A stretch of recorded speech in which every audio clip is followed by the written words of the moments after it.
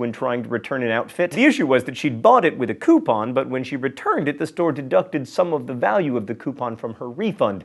She eventually dropped the lawsuit because, you know, it was without merit. And that's the first of many ridiculous lawsuits that I'm going to share with you today.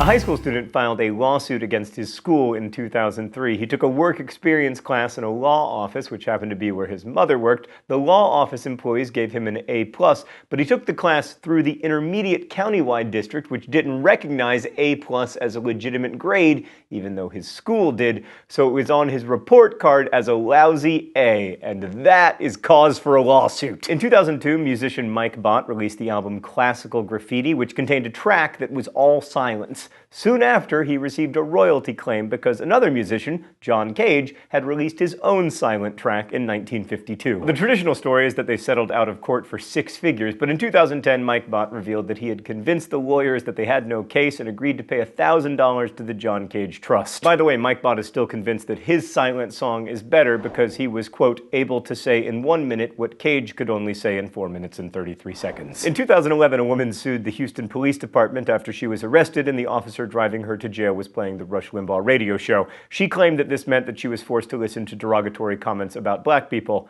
That doesn't seem like a ridiculous lawsuit to me, actually. A man sued the Anheuser-Busch Company for $10,000 in 1991 for misleading advertising. He asserted that beer ads implied that if you drink beer, you'll experience, quote, scenic tropical settings and beautiful women and men engaged in endless and unrestricted merriment. The case was dropped, and he later claimed that he was just making a point about irresponsible alcohol ads, but, you know, I bet he would have accepted the $10,000. 2 men from New Jersey sued Subway in 2013 after they saw a picture from Australia of a foot-long sandwich which turned out to only be 11 inches. This led their lawyer to go around to 17 Subways and measure sandwiches. All of them were smaller than a foot, for the record. Eventually, a settlement was reached. In 2009, a man made the news when he sued his ex-wife for a kidney that he had donated to her while they were married, since it was a marital asset. He also agreed to settle for $1.5 million.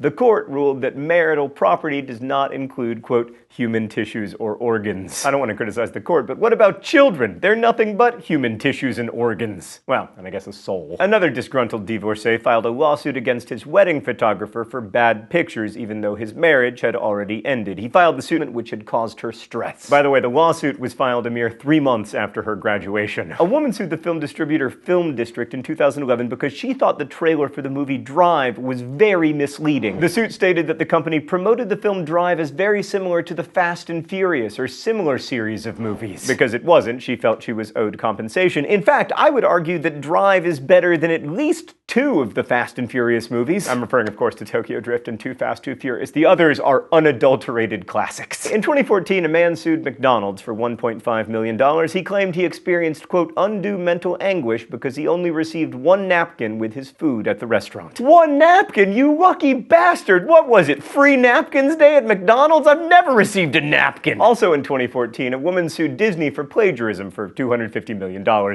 She'd written an autobiography in 2010 titled The Snow Queen and believed that Frozen directly stole her real-life story. Some similarities listed in her lawsuit include intense sisterly love, 2 male characters, and recluse sister. I mean, that's a compelling argument, but I think in the end you're going to have to let it go. Robert Lee Brock filed a lawsuit against himself while he was in prison in 1995. He believed that he had infringed upon his own religious and civil rights by getting drunk and then breaking the law. The lawsuit read, "For violating my religious beliefs, I want to pay myself $5 million, but I asked the state to pay it since I can't work."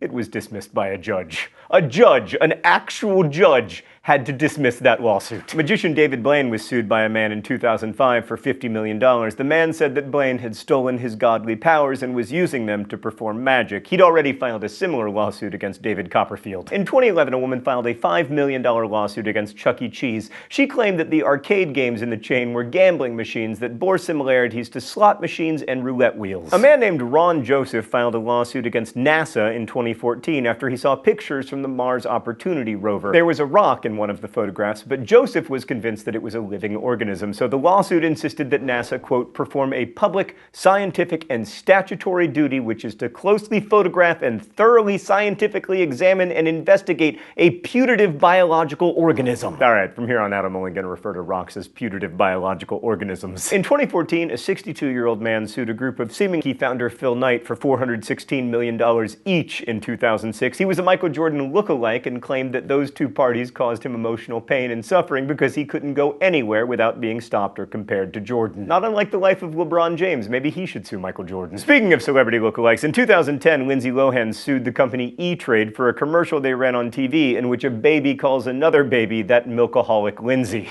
They eventually settled. Another sensitive celebrity is Ron Livingston of Office Space fame. In 2009, he filed a lawsuit against an anonymous Wikipedia editor who added the following to Livingston's Wikipedia page. He is gay and officially confirmed it in TMZ. He is gay and darn proud. The Recording Industry Association of America sued a woman named Gertrude Walton in 2005 for illegally downloading music, then skipping her court date. The only problem, she was dead. That's why she missed her court date, due to, being dead. Also, according to her daughter, quote, my mother wouldn't even know how to turn on a computer. I know, because she's dead.